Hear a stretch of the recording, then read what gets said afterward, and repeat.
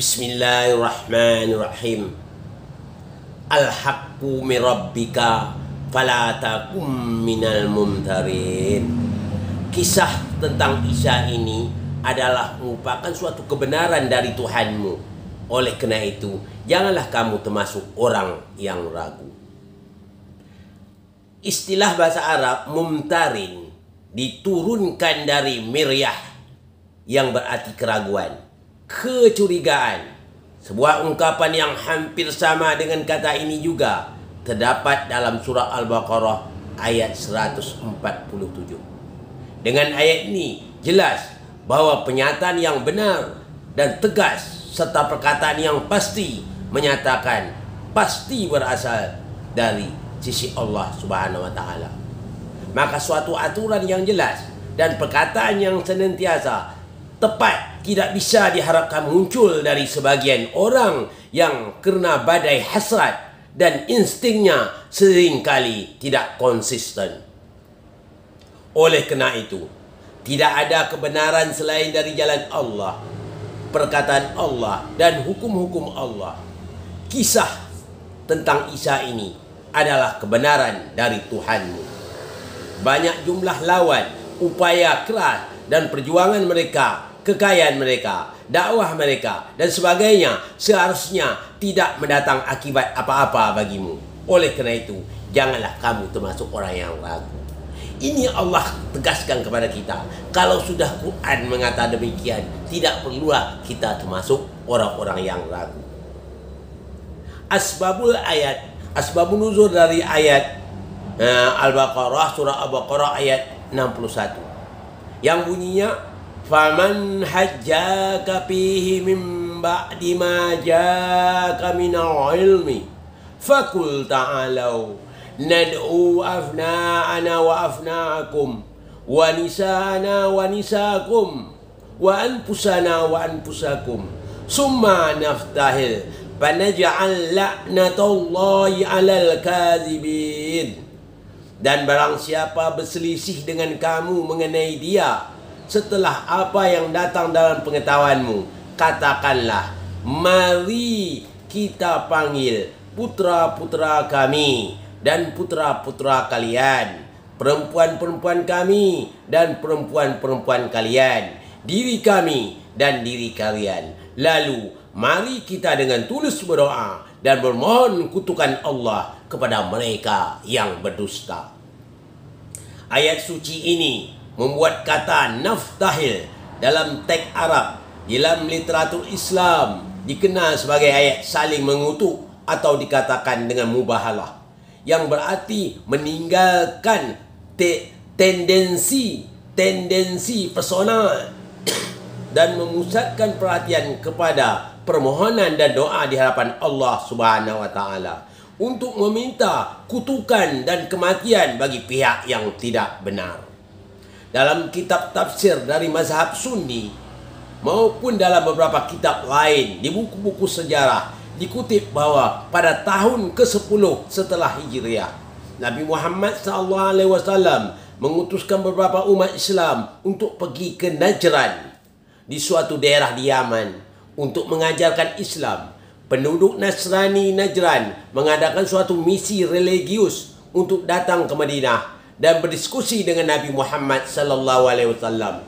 Setelah beberapa perdebatan dan perselisihan di antara mereka dengan Nabi, mereka merasakan keraguan dan mencari-cari dalih.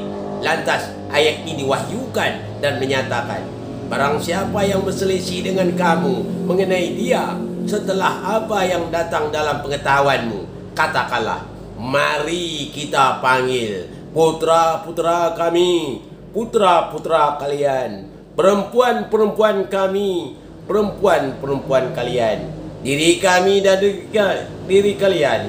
Lalu mari kita dengan tulus berdoa, bermohon kutukan Allah kepada mereka yang berdusta, iaitu kutukan akan menimpa salah satu dari kedua pihak yang menunjukkan bahawa pihak tersebut tidak benar. Oleh karenanya, pewahyuan ayat ini mengakhiri perdebatan yang berkepanjangan tadi. Ketika para misionaris dari kaum Nasrani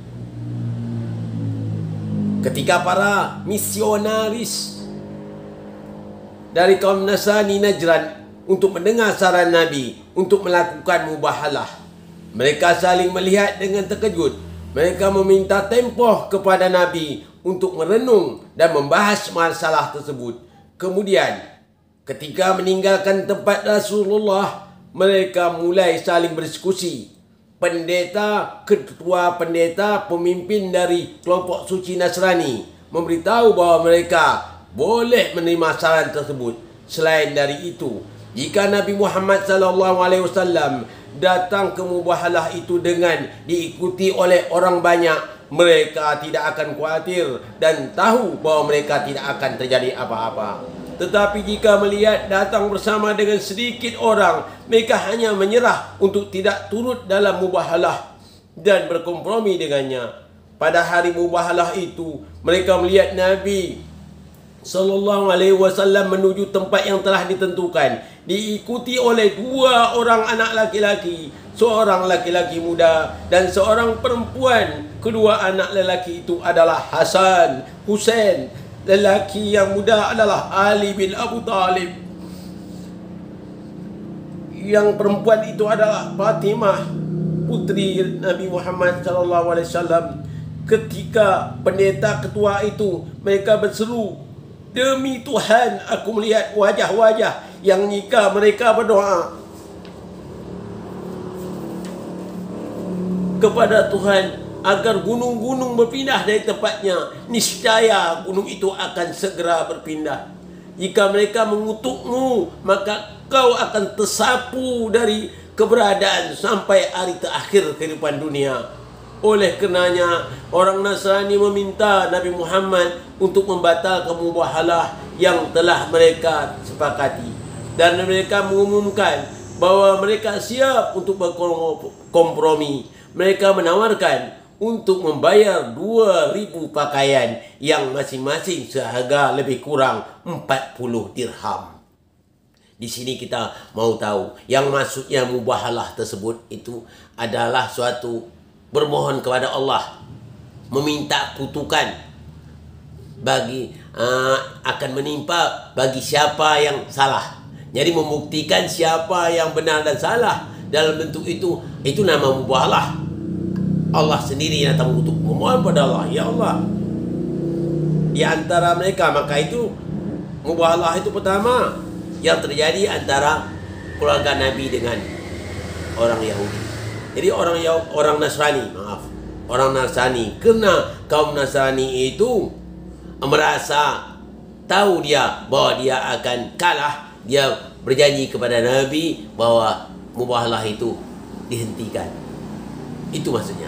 Ini saja yang dapat saya sampaikan pada kesempatan ini. Mudah-mudahan anda bermanfaat bagi kita semua. Mohon maaf dari segala kekurangan. Wabillahi taufiq wal hidayah. Assalamualaikum warahmatullahi wabarakatuh.